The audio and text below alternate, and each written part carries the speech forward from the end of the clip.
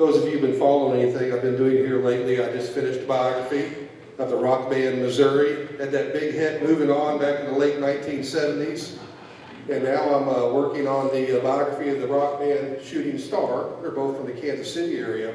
But I got my wife taking pictures of the audience here because those two bands are going to be playing in Kansas City Saturday night, and I want them to see that they're not the only ones that get to perform on a stage.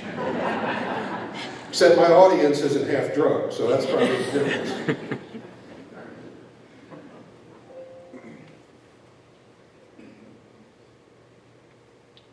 Okay, moments on the Moreau. One of the reasons I wanted to share a lot of history of our rural areas is growing up in Russellville. I heard a lot of stories. My mother's an in-law, and heard a lot of stories about Amick and Lohman, the founding members of Russellville, a lot of the in-law family members, what they accomplished. Going to church in Stringtown and Lohman, I heard a lot of stories about different things, historical events that occurred in those areas. Lived in Centertown for a while, learned a lot about history there, and it seemed like oftentimes in mid-Missouri, all the history was focused on Jefferson City. So I wanted to make sure that we had some rural representation in sharing our history, which kind of motivated me to start writing books dedicated to capturing that rural history. Now I will tell you that writing is a lonely endeavor. However, if you're a history writer, you have to admit that it's really a team effort, because all this information that I locate, I certainly could not do it on my own. I've had a lot of people that assist me along the way. I see some of them here tonight in the audience. I know Nancy Thompson's helped me. Candace Stockton used to be a Lesh. She's helped me quite a bit, especially in the Zion area stuff. Doris Schmutzler's been a big assistant. Dr. Bill Ambrose, he's helped me on several stories as well, gather some information and background. Good friend Randy Dashley has helped me a lot with the Brazito and Bass area, so I applaud everybody that seeks to help share that information so that I can help chronicle and preserve that as well. Moments on the Moreau, that came out in 2023. I'm also going to speak just a little bit about hidden history of Cole County. That came out in 2022. And I'm going to touch slightly on the Lutherans of Cole County, Missouri. That came out last year. Now, I'm not going to get too in-depth into a lot of the stories because I want you to buy the book. So I'm just going to highlight some of the things that are in the books to kind of whet your appetite just a little bit. Here's some of the subjects. You know, when I was breaking this down, especially with moments on the Moreau, in the chapters, I had to, find themes. And these were some of the themes that I developed that I wanted to share through these stories. And as these stories began to come together, and I was seeking a title for the book, I had to find something that tied these stories together. In the Moreau, the tributaries have always been a very prominent factor in mid-Missouri, and it seems like it flowed through all these communities, so the title just kind of fell into place, Moments on the Moreau. And of course, it went through some different iterations before getting there, but I'm glad it landed at that title. I do have a lot of notes here because when you do so much writing, it's hard to remember dates and details and such, so they kind of help refresh my memory. First, I'd like to talk just briefly about Eliza Sears. She was born in Lynn Creek in 1832. She was a slave into a slave family. She was sold for $200 when she was only 2 years old, and she was brought to Cole County by William Campbell Young. William Campbell Young was one of the contractors helped building the state capitol in 1913. She ended up marrying one of her fellow slaves. William Young had a farm out in the Centertown area, and part of that farm is now the Don Bookta farm. But she ended up marrying a fellow slave. Together they had 2 sons. He ended up dying during the Civil War under very unusual circumstances. She married again, James Sears. They had 1 son together, and apparently this James Sears was something of a deadbeat. She ran him off. He ended up living in Mexico, and she lived out the rest of her days in the Centertown area. She died in 1945, as it says, 113 years old, is buried in the Centertown Cemetery, has a very, very small grave marker. I was told that, I was shown where her cabin is at, outside of center town. The cabin's gone, but you can still, it's along the road, some of the remnants of the property, it's really not in good condition. But she used to help take care of a family, a widower, and she would ride horseback to the MFA in Lohman with the list of things that she needed and go up to the back door of the MFA exchange. And she'd hand them their list, and he'd pack it up and strap it to the horse, and she'd ride back to center town. Next is Samuel Farmer. He was the Wild West lawman that we mentioned earlier. Of course, the farmer name, very prevalent still out in the Hickory Hill area. He was born on a farm near Eugene in 1847. 1868, he became the constable for the Clark Township. Married Melinda Norfleet in 1872. The Norfleet name obviously very prevalent out there as well. He ended up becoming the marshal for Hickory Hill, back when Hickory Hill was actually somewhat thriving. Had some lung issues, and his doctor recommended that he move to better climates. So he chose Texas, ended up divorcing, well, his wife actually ended up divorcing him. And he moved to Texas. He became a lawman at Fort Worth during the Wild West days. He was friends with Pat Garrett, and actually Pat Garrett gave him a cartridge belt and some other items that he took off Billy the Kid after Billy the Kid was shot. Really, he was kind of a scoundrel. He wasn't very faithful. He married a second time. She ended up filing for divorce because I guess he was hanging with ladies of the night and certain questionable women. And then he became a U.S. Marshal, chasing down criminals, and finally moved to Guatemala, and they lost all track of him. We don't know when he died or what became of him. So, James Valentine Ambrose, this is obviously related to Dr. Bill Ambrose. A picture came from him. James Valentine Ambrose was born in England in 1814, came to Missouri in the 1830s. One of the jobs that he did was transporting coal from Brazito to the penitentiary in Jefferson City. He married Julianne Hoskins and went west during the gold rush. And there's a whole story that we talked about in the book about his gold rush experiences that you're going to want to read on. Purchased 440 acres. I call it the Brazito area, but it became known as the Ambrose community for him. 6 sons, 5 daughters. He established the Ambrose School to provide education for his children and other growing up in the area. When he died in 1908, he was buried in the Hickory Hill Cemetery. John Perry Bass. The Bass name is, how many of you heard of the community of Bass in South Cole County? Former community of Bass in South Cole County. There's a Bass Road that was near that area. He was the son of Metheldred Bass, who was the farmer for whom the community of Bass was named. He married Mary Shepperly, and you're going to hear this Shepperly name quite a bit, because Mary Shepperly was the sister of John Shepperly Sr. John Shepperly Sr. founded a little mill in Millbrook called Centennial Mill. He also built St. John's Lutheran Church, and we'll talk about that a little bit later. So, anyhow, they had to do it secretly because John Shepperly Sr. and his family, they were Lutherans. And John Bass, he was Methodist. And of course, the Shepperleys did not approve of the marriage, so they did it secretly. He ended up moving to Texas in 1878. His wife died down there in 1905, Miss Shepperly. She's buried down there. They returned to Missouri, and he remarried in 1910. Ended up going back to Texas, where he died in 1936. Martin Luther Scrivener. It's interesting. He wasn't Lutheran. Came from a Baptist family, but obviously a lot of the Protestants were inspired by Luther and the Protestant Reformation. He was born in 1894 near Russellville. Married Bertie Jane Sappenfield in 1906, and they lived on a farm south of Russellville where they raised 5 children. He ran a grocery business for several years in Russellville, and the Scrivener name is associated with many businesses. Then he moved into Russellville with his family. He sold the store and worked at the MFA, died in 1957, and he's buried in Mount Carmel Cemetery, which is near the community of Brazito. William Dave, Polly Ann, Allie Hayter. This is actually my great-great-grandfather. His father, Jacob Hayter, was raised in Switzerland near the German border.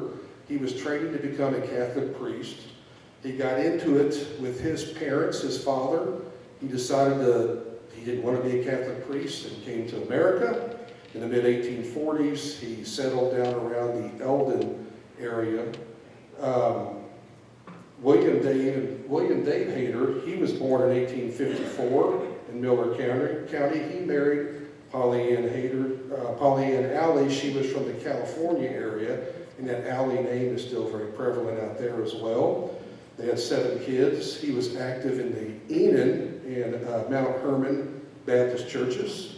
And he apparently, this is the story I was told by family, that he was an active deacon in these Baptist congregations, and allegedly he had the power of prayer, that if somebody had a sick family member or a sick animal, they would call up William David Hayter and he would pray for them, and more times than not, they would make a full recovery. He is buried in Allen Cemetery, which is not too far from Enon.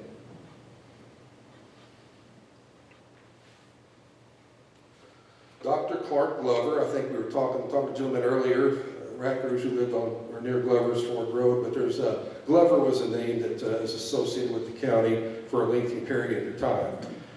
Dr. Glover, he was born on a farm near Russellville in 1874.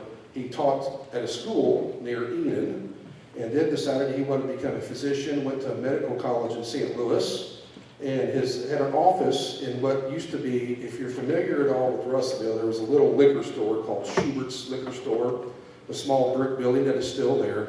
He had an office in that liquor store, what became a liquor store, and he was a Cole County health officer for a while. He was the first vice president of the Russellville Exchange Bank, which later became Community Bank of Russellville, which is now Community Point Bank. His sister was Cynthia Glover. Cynthia Glover married John Shepperly Jr., and we talked about John Shepperly Sr. earlier, whose sister ran off with the Methodists. So he gets kind of corrupted at times, but you can trace this if you're careful.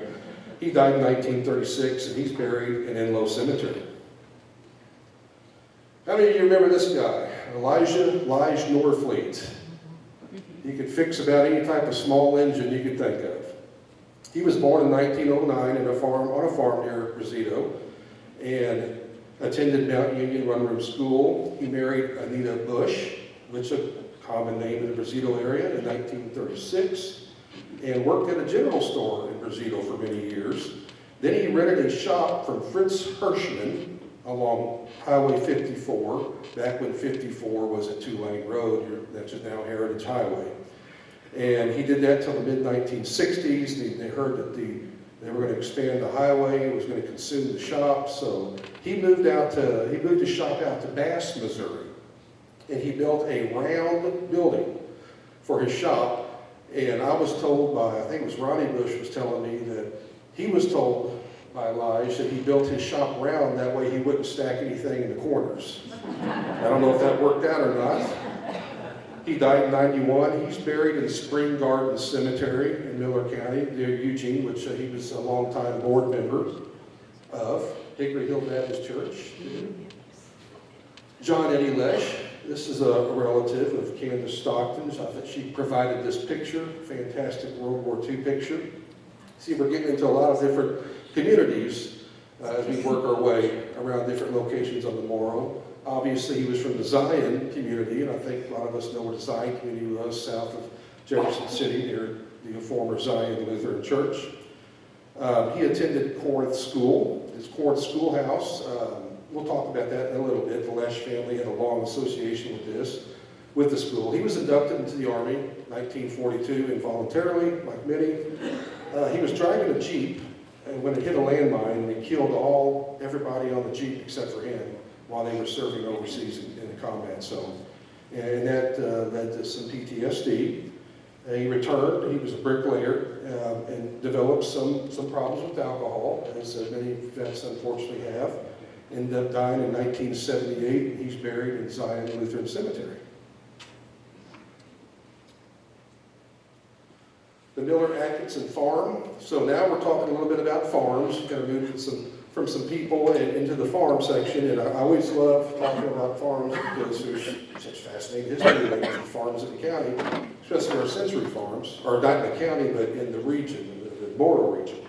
So the Miller-Atkinson farm, this was established by William Miller. It was a 640-acre farm near Mount Pleasant on the way to Eldon. Established in 1838.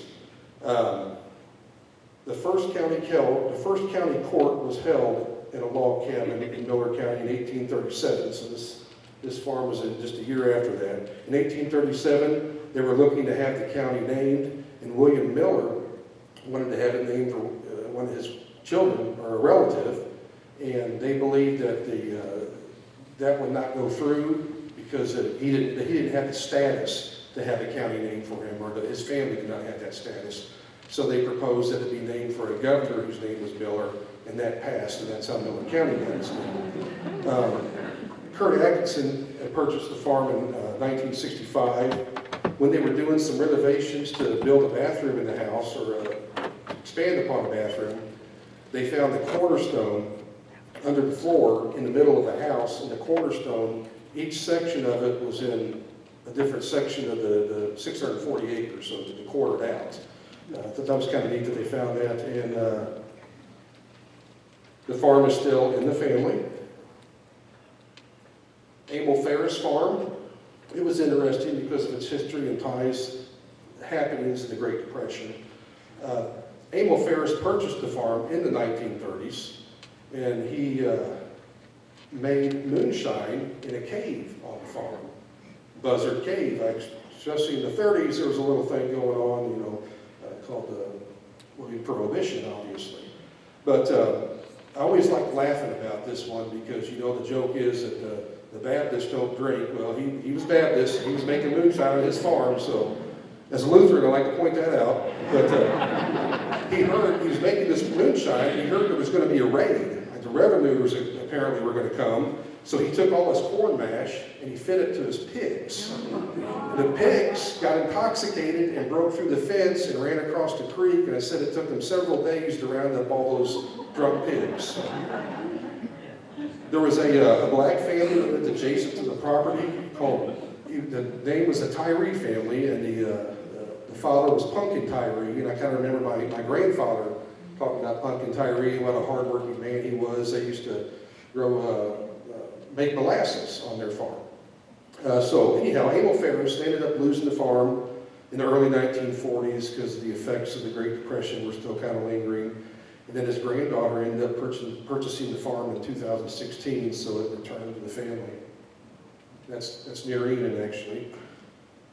The Henry Beck Farm, and this is kind of a sad story because I think it's about to end, but this was established in 1857 by John Henry. It's kind of near Honey Creek off 54. Henry Beck bought the farm. He married Leona Danko in 1890, and his son, Rylas, took over the farm. And if you're driving along 54 heading to Jeff City, you'll see a Rylas Road on the right. That's where the farm's at, back down that road. Then his son, Herman Beck, took over the farm. And now Gary Beck and his sister own the 176-acre farm. Neither Gary Beck or his sister are married, nor do they have any children. So I think that's going to be the end of the Beck legacy when they unfortunately pass someday. Judge Henry Smith, you got to respect the mustache. I don't think I could grow one that boisterous, but Judge Henry Smith, he was born near Hickory Hill in 1848. He married Mary Jane Rivas and bought his own farm in 1870 near Hickory Hill in the Henley area. He built a beautiful two-story log cabin that stood for many years. And I have a picture of it. I didn't put it on here today. That his, I think it was his great-great-grandson shared with me. But several years ago, I guess there were some hoodlums that were running around torching old buildings in the Henley area. And that two-story log cabin was the last one they got before they got caught. He helped organize the Hickory Hill Baptist Church and became presiding judge and district judge here in Cole County. There's stories I'm not going to get into about General Crabtree and the Civil War, a Confederate that caused a lot of trouble in these areas. Apparently the cave he hid out on and was apparently shot near is on that property. Some people dispute that, so it's one of those arguments I'm not getting in the middle of. Kim Smith, his great-great-grandson, now owns the farm. Still in the family, still going. Has anyone ever heard of that Engelbrecht name? I'm sure. Okay, the Engelbrecht farm. Not too far from the Ambrose community. Martin Engelbrecht, which is a name that is very important to the Brazito area because he was a long-time blacksmith in Brazito. And I don't think I really have anywhere else on here, but he had a brother named Peter Engelbrecht who went to Millbrook and became a blacksmith. So Martin Engelbrecht, son of a German immigrant, established a blacksmith shop, made good money, was able to, he married a Dankel too, Catherine Dankel, in 1885. He purchased the farm from John Gretline in 1897. Then he sold the farm to his son, pictured here, that's Julius Engelbrecht, in 1917. Julius married a Barbara Summerer, and they had sons, Martin and Leroy. And I'm sure some of you probably knew Martin and Leroy Engelbrecht. Martin, of course, was farm mural agent for many years. They ended up splitting the farm. Doris Engelbrecht now has part of the farm. And the family, the Engelbrecht family, they were very, very active in the Ambrose 4-H. Roark Templeton Farm. So this is kind of near Brazito, south of Russellville. The nickname was Rocky Top Farm because it had very rocky terrain. John Jacob Roark purchased 40 acres in 1897 for this farm, and 20 acres in 1893, and 16 acres in 1910, so it's kind of Frankenstein together. Fred and Tina Templeton farmed it for many years. And the family lived in a small house on the farm, and that's the house right there. It's still there, actually. So this sits a ways off West Brazito Road. But many years ago, before West Brazito Road was West Brazito Road, there was the county road ran right in front of this house. You can still go back on that farm and see where it ran before it moved, became West Brazito. So the farm, Arthur Gordon purchased the adjoining 74-acre farm in 1945. Then he purchased another 76 acres. The farm from his father-in-law, Fred Templeton. Now Ronnie Gordon, he moved to the farm in 1972. Ron Gordon and his family still own Rocky Top Farm. Okay, now we're in the schools. I love talking about one-room schoolhouses, and I'm not going to tell you why I think the one-room schoolhouse model was superior, but that's a whole other presentation. But the Honey School is still standing. This is what it looks like now, or that's what it looked like last year. I assume it still looks like this. But it's off Stringtown Station Road near Connell's Junkyard, St. John's Lutheran Church, towards Lohman. It's referred to as by a lot of locals as Heine School, but it was on property that belonged to James Honey. He was an early Irish immigrant to the area. This log cabin school was built after the Civil War, or around the Civil War. Has one door, 2 windows, is not OSHA approved, I can guarantee that. Used until about 1908, it's about the last time that school was used. And that's when the new Stringtown School was built in 1909. And the Stringtown School used to stand, if any of you know Harry and Jana Thompson, they live on the corner of Stringtown Station Road and Walnut Acres Road. It was a concrete schoolhouse that was basically in their backyard, but it's gone now too. But I like talking about schoolhouses that are still there. So Zion Public School. It's uncertain when this school was originally built and whether it was been replaced. I know this has been around for many, many years. An article noted that the school existed in 1892 on land donated by the Nehorn family. And it was often called the English School because the Zion Lutheran Church for many years had a parish school. So that's where the German kids went. And the English school is how this got its name, although a lot of the German Lutheran kids went there as well. It closed in the early 1940s. It's now owned by Noel Fisher. And they use it for a hunting cabin. Harmony Grove School, I got this picture from Candace Stockton. Where's Candace? There she is back there. You went there, right? Yeah, Candace attended Harmony Grove School, located south of Jefferson City, near the country club. You know where Jack Flash is now? That school is still there. It's being used as a home. It's been built upon. Sits back behind Jack Flash, kind of. Let's see. It was often, this is why I was impressed, it was often rated a first-class school by the state. And that's, of course, because of the teachers and their hard work. The teacher that's pictured here is Flora Bruning in the early 1950s. Many clubs, like many of these one-room schools, they had clubs that met there, women's clubs, men's clubs, extension clubs, and of course this school was no exception to that. It closed in 1953, and as I said, is used as a home. Centennial School, you probably guess how it received its name, built in 1876. It was near Mount Carmel Rocky Top Farm on West Brazito Road, on the corner of West Brazito Road and Oakland Road, is where it was once located. In 1891, the county school examinations were held at Centennial School. It was often referred to as the Brazito Public School. Archie Russell was one of the teachers who taught here. I'm going to talk about Archie Russell soon because he was a very well-known teacher back in the day.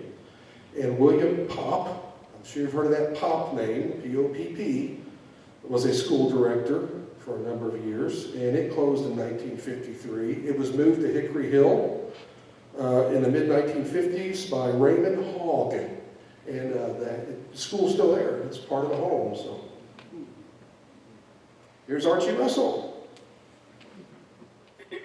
Born in 1889 on a farm south of Russellville. They ended up moving to a farm near Enon in 1905, his family. He was very active in the Enon Baptist Church. He was baptized in the Moreau Creek in 1909. I have a picture of the big baptism event that occurred in Enon around the turn of the early 1900s or so. And I tell you what, the Moreau was a raging river back in the day, so not so much anymore. But he graduated 8th grade in Olean. They said he used to get on the train, the Bagnell Branch train in Enon and ride down to Olean, I guess early Mondays, and then he would stay with family in Olean and then ride the train back Friday and then do it all over until he graduated. He ended up going to the State Normal School in Warrensburg, as it was called at the time, to earn his education degree. He taught at several middle schools in the area.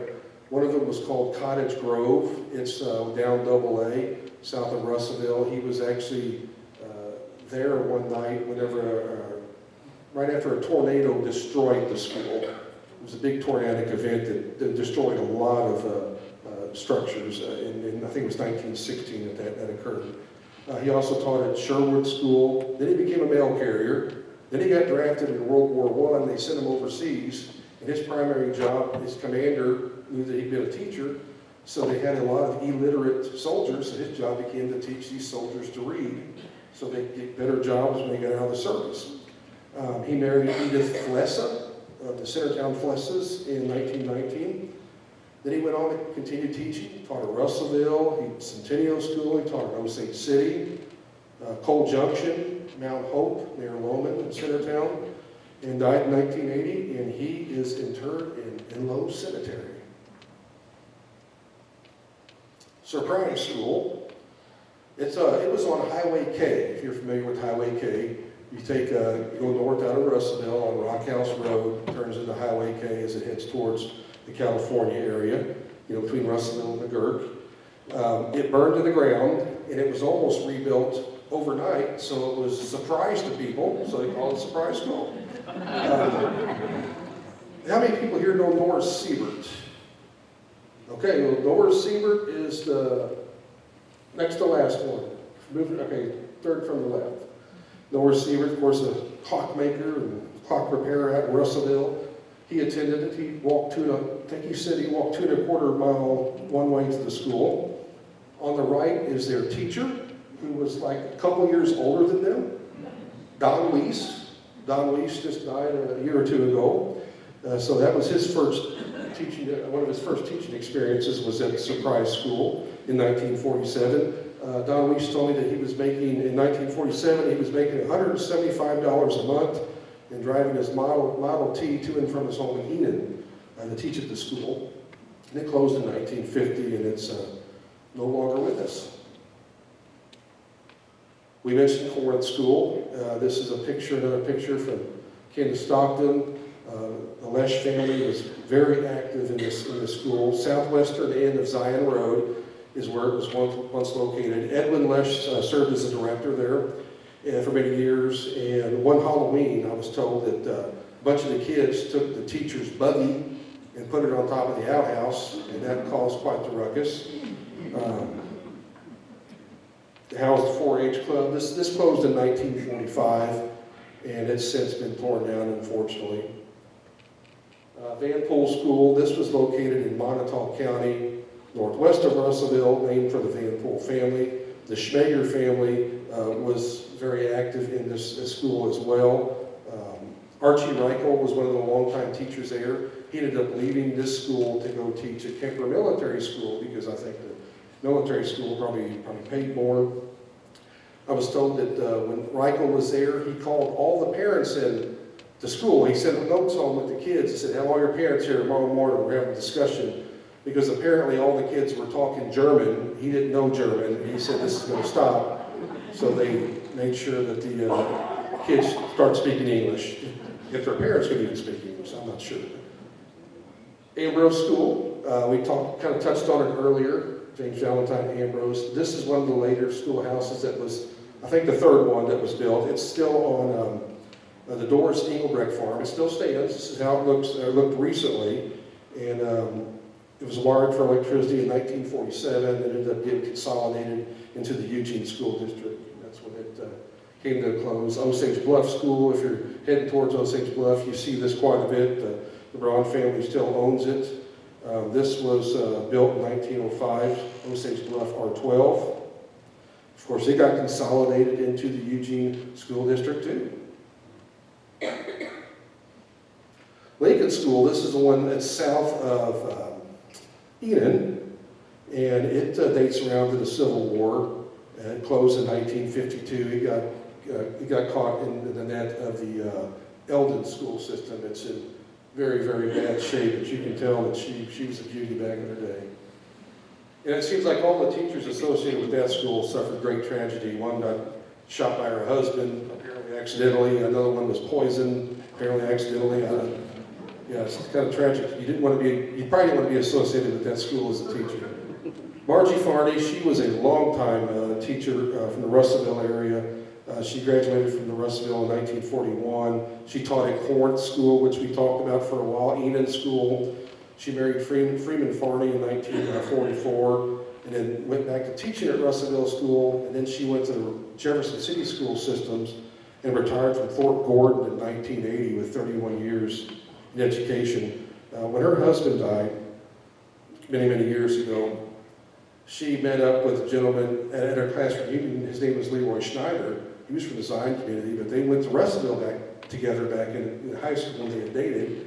Leroy had lost his wife. He'd been living on the West Coast. His wife had passed, so they met up at this class reunion and started communicating, and they got married. And kind of one of those things where they were been separated for a number of decades and then got back together. She died in 2014 and is buried in Enloe Cemetery. Marie Wood, she passed away in 2022. I was glad to be able to visit with her and get her story before she passed. Raised in the High Point area, went to a one-room school, then went to business college in Springfield, taught at Russellville for a few years, and she went to California as a business teacher and taught there for many years before retiring. Don Bookta, many of you probably know Don. Don's got an interesting story. Born near Lohman, 1937.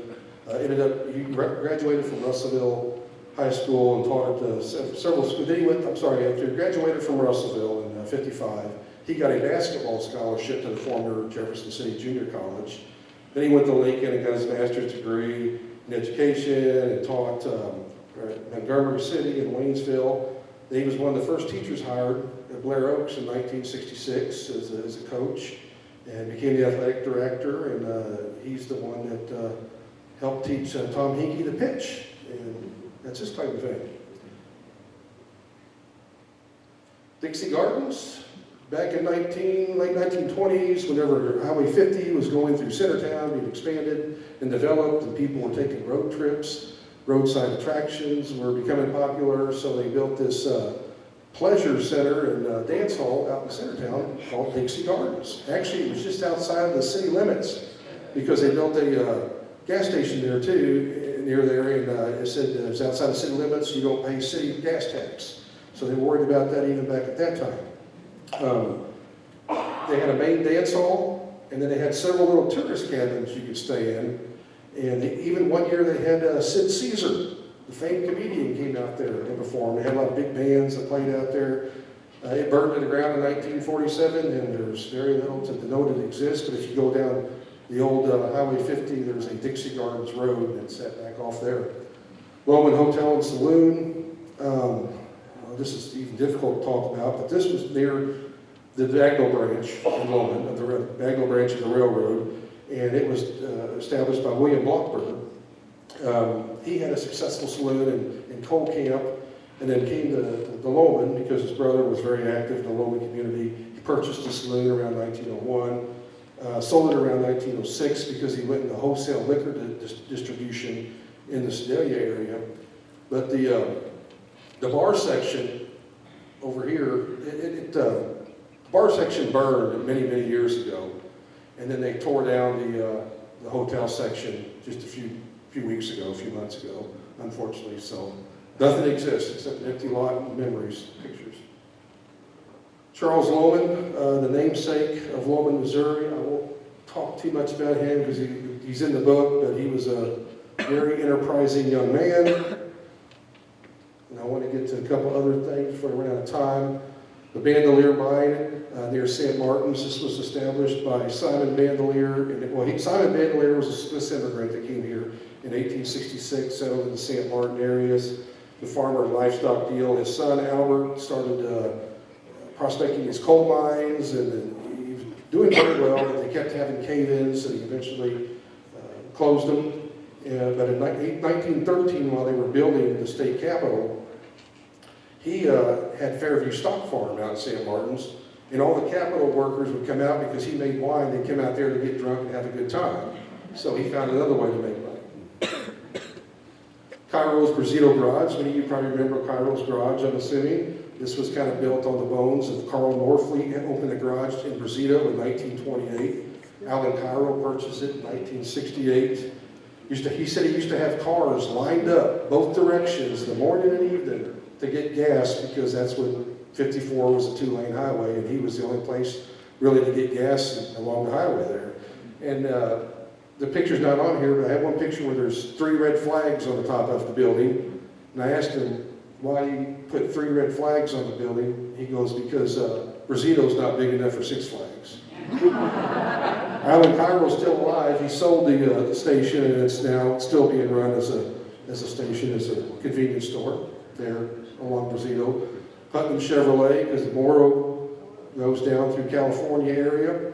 C.O. Putnam was born in 1897 in the Jamestown area. Served in World War II. He was later injured in a farm accident and somewhat disabled, so he had to find something he could do. So C.O. Putnam opened a garage. It became a dealership in Jamestown in 1923. He had one in Jamestown, had one in Tipton, one in California, and of course the one in California is what we've come to know as Putnam Chevrolet. Bill Campbell went to work for him in 1977 as a parts manager, and later became primary owner, and the dealership sold in 2023, right at 100 years. So and now it's Ed Morrison Chevrolet. Scribner Store, small country store that was near Scribner. The store is long gone. However, the building is still there. It's being used for a home. Pleasant Hill Baptist Church. I won't say much about it, but it has dates. It dates back to 1881, and then in 1955 is where they decided to build the church on Highway 54, which is now Heritage Highway. and then a parsonage was dedicated in the 1960s.